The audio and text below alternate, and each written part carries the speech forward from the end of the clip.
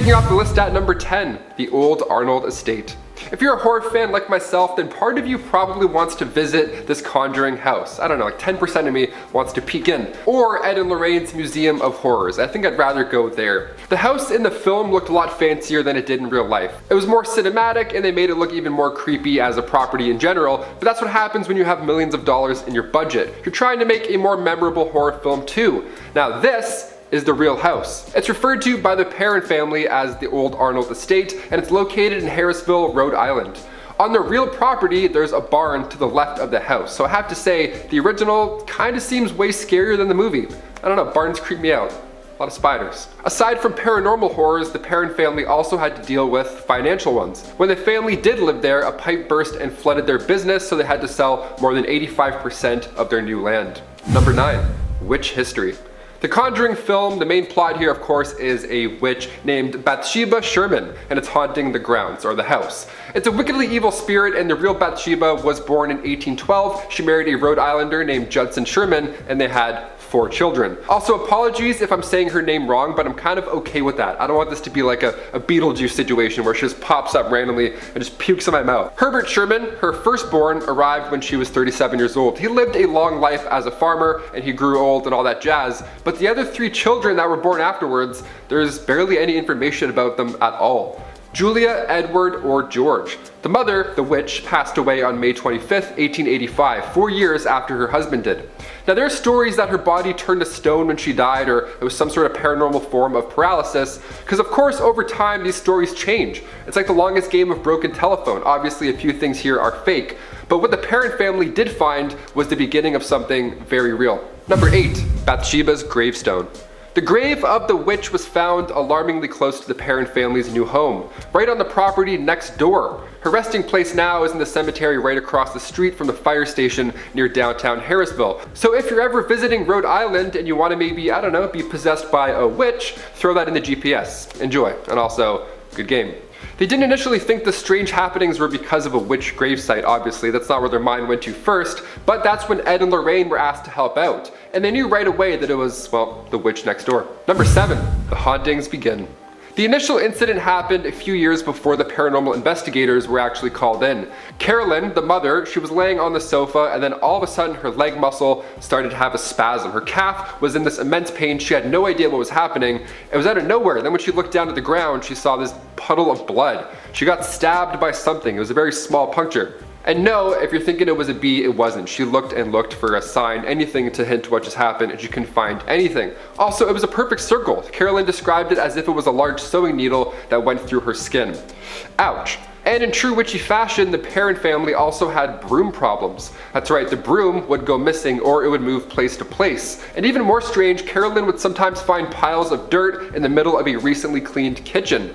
You gotta love a helping, cold, dead hand. Number 6, levitating chair. In the movie, the exorcism happens at the end, of course. It's like a happy-ish ending, but in real life, that exorcism never took place. Lorraine Warren has since said that her husband, Ed, would have never performed such a thing, nor would he try. But Andrea Perrin, one of the 5 children, has come forward many years later, and she said that she witnessed a seance with her mother, where her mother was speaking in a different language, and she also did not sound anything like her mom. Not even close, which is terrifying. And as Andrea recalls, her mother's chair then started to levitate like it did in the movie, and then after a beat, she was launched out of the chair across the room. It wasn't just Carolyn that experienced these horrible games either. As we saw in the film adaptation, the children too were busy with their own spirits. Number 5, the music box. We had to include one of the creepiest elements of the Conjuring movie, the parent family music box. Director James Wan wanted to use this music box in the first film because, well, mirrors and creepy tones make for great suspense, but also this was a real haunted artifact from the real house. Today the box is safely stored in the Warrens Museum alongside other items that look more or less normal upon first glance, but they're actually extremely haunted. I'll get to those in a bit. This part in the movie actually scared the out of me. Any mirror scene, I can't do it. I always like eat my hoodie. They always do it so slow too. They're like I would slam it, just slam it, have toothbrushes fly out. I don't care, I'm scared. But this was real life, you can't forget that. This music box actually caused so much trouble for these poor girls. Specifically April, the youngest of the parent children. She found this antique in the house and she used it to communicate to another spirit, the spirit named Rory. Number 4, other owners. Andrea Perrin has told us that every single person who has once lived in this house, they all experienced some sort of paranormal activity. That's comforting. Some left this house screaming and running with only a few belongings. That would be me day one. I wouldn't even make it till night. I'd be out of there by 4:30 p.m. Sharp. When the parents sold the house after all these haunting encounters, the guy who moved in then temporarily to start fixing up the house, he left too. He left without his car, he left without all of his tools, and yes, he even left without his clothing. Ghosts don't wait for you to put on pants. That's what I learned doing this. Ghosts do not wait. The current owners of the 18th century farmhouse, Corey and Jennifer Heisen, bought the home in June 2019, and yes, they've already seen stuff. You may ask, who in their right mind would move into a known haunted house? Well, paranormal investigators. That's exactly who. The scariest couple ever. They're like, oh, this is perfect. Over $1 million. They're like, debit, we'll take it. Let's get new wallpaper. So far, they've actually witnessed doors opening and closing on their own, and also loud knocks on the wall. Corey, the husband, admits to having a hard time on nights when he's all alone. He says he doesn't feel anything evil per se, but the house does feel busy. Number 3, the Warren Occult Museum. I mentioned the music box earlier, which sits now in the Warrens' creepy personal occult museum. Once belonging to the Perrin family, the music box is one of many strange artifacts. In the museum, there's a vampire coffin. Yep, you heard me. A satanic idol, the Conjuring mirror. There's a shadow doll that apparently has the ability to visit your dreams and in Freddy Krueger-like fashion, stop your heart while you're asleep. And also Annabelle is in there as well, but she's got friends. Annabelle has friends. You'll be pleased to know that Annabelle is actually the least creepy of all of them. A haunted pearl necklace puts Martha Wayne to shame right next to the haunted glass eyeballs, of course. I'd love to know more about the glass eyeballs. Let's see that movie. But one of the most fascinating items in here has to be the headless T-Rex toy. Is that from Toy Story? Is this Sid's room from Toy Story? What a crossover that would be. Number 2, other incidents. A total of 8 generations of one extended family lived and passed away in that same house, all before the arrival of the Perrin family.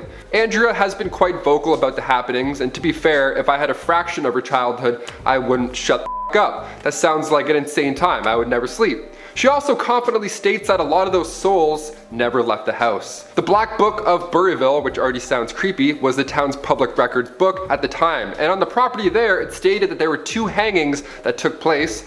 Poison was used in a death type scenario. There were 2 drownings, not 1, but 2, and then 4 men who were passing by just happened to freeze to death on the property.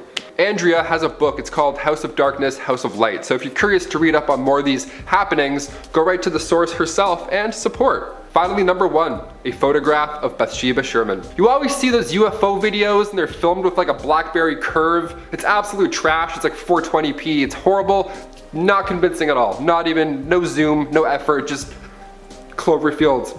There's never clear evidence of anything nowadays, but we may just have a clear photo with the real witch, Bathsheba Sherman. This photo is from the Perrin family farmhouse back when it was still the Arnold Estate. This was 1885, so the witch was most likely in her 70s at the time, but still, it's hard to tell. The photo is still grainy. But that's because it was 1885, right? You know, it's not a BlackBerry. This is like the world's oldest, creepiest game of Guess Who. This witch lived next door to the farm, and although we'll never really know who is who, many believe she's the lady in the middle, closest to the camera, like right over here. Also, the fact that she's wearing some sort of mask makes this grainy photo even more haunting. She's standing by herself. I feel like the vibe of that group shot was off. Like nobody wanted to stand next to the literal witch. I don't blame them. Guys, do you think the real Bathsheba Sherman is in this photo? The lady on the left looks a little bit witchy. I don't know, who am I to judge? Starting off number 10, we have the Highgate Vampire. Highgate Cemetery in London, England is one of the most eerily beautiful places, with bodies buried there older than the oldest houses in North America. So it's no surprise that many superstitions surround the ghosts and the bodies buried there. But what is surprising is that in the 1970s, a bunch of people actually organized a genuine vampire hunt. It was in the papers and everything. News stories started popping up of people seeing a dark, shadowy figure with glowing red eyes wandering around the cemetery. On top of that, people started finding animals scattered around the cemetery entirely drained of blood. All arrows point to a vampire. The only thing that became more popular than the story itself were the 2 men/magicians racing to be the first to catch him. A frenzy consumed the news, and a real vampire hunt was actually organized to catch the vampire. They never caught him, however, probably scared away by the ridiculousness of the 2 men who turned the attention of the public onto their feud.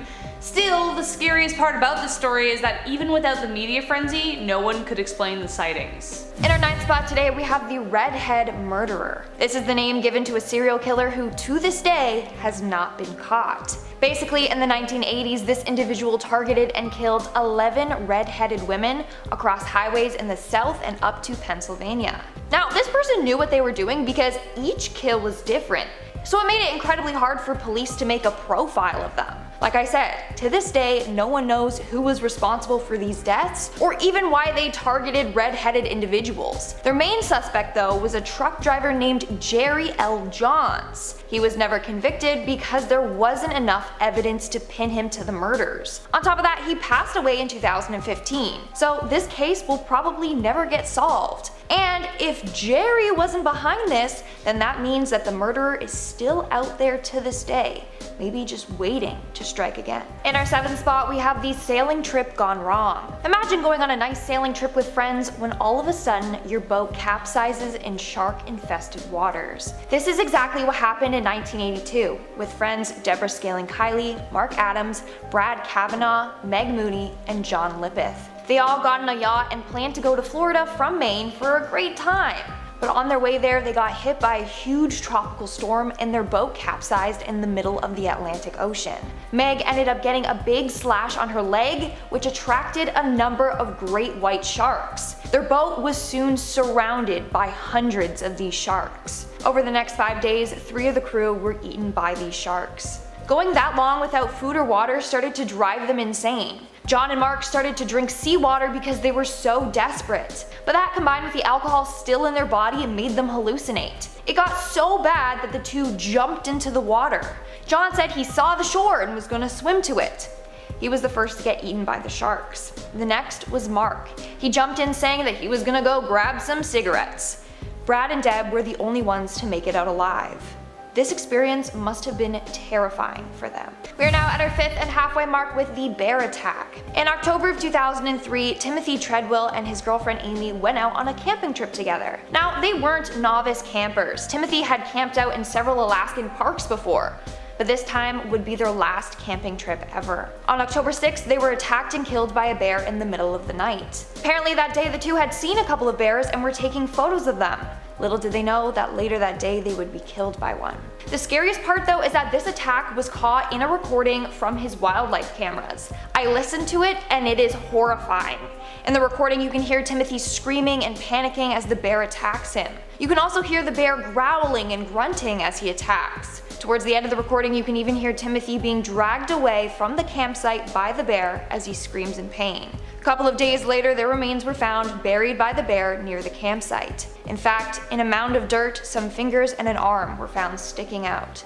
They both faced an extremely gruesome and slow, painful death. And that was captured in this recording. Number 4, Eder Guzman Rodriguez. There was a reason Ed and Lorraine Warren became such prolific supernatural investigators. Whether you believe in spirits or not, the Warrens carried with them a kind of professionalism and conviction that made them hard to dismiss, on top of all their stories. They knew what they were doing, but many did and do not. Eder Guzman Rodriguez in Virginia in 2011 performed a violent exorcism on his own daughter. He attempted to rid her of the demon he believed lived inside her, but instead, it ended up costing her her life. When police arrived at the scene, several people outside were holding Bibles to their chests, staring at the house. When they found her, she was wrapped in a blanket, surrounded by Bibles, and Guzman's wife was knocked out on the floor. Presumably, she tried to stop the whole thing, so he knocked her out. No one knows what really happened to the poor girl or what possessed the father's mind, but one thing is for sure, when it comes to exorcisms, leave it to the professionals. In our 3rd spot we have Charla Nash. The case of Charla Nash is a very tragic and gruesome one. In February of 2009, Charla went over to her friend Sandra Harold's house. Now, Sandra owned a common chimpanzee named Travis the Chimp, a very well-behaved and loving chimp. But on this day, something triggered Travis and he went on a wild rampage. So on that day, Travis ran out of Sandra's home with her car keys. When Charla came over, she tried to help Sandra get the keys back and to get Travis back inside the home. She picked up one of his favorite toys to try and get him to drop the keys, but Travis did not like that at all. He snapped and attacked Charla, who he was familiar with. Travis ended up ripping off her hands, nose, lips, and tore out her eyes. As a result, she had to go through a 7-hour operation. And then 2 years later, she got a hand and face transplant. Despite everything Charla has been through, she has remained incredibly positive and is such a strong and brave woman. And in our number 1 spot today, we have the disappearance of Fred Valentich. In 1978, an Australian man named Fred Valentich was flying his plane when something very strange occurred. During his flight, he radioed the Melbourne Flight Service and said that an unidentified aircraft was tailing him at 4,500 feet in the air. He described this craft as a shiny metallic vessel moving at high speeds, with 4 bright green lights emitting from it. The Flight Service officials were confused and asked him to describe the craft again. The last thing he said was, "It isn't an aircraft," and then he mysteriously disappeared into thin air. Officials assumed he crashed, but upon investigating, his craft was never found. So it's believed that Fred encountered a real-life alien UFO. But that's not all.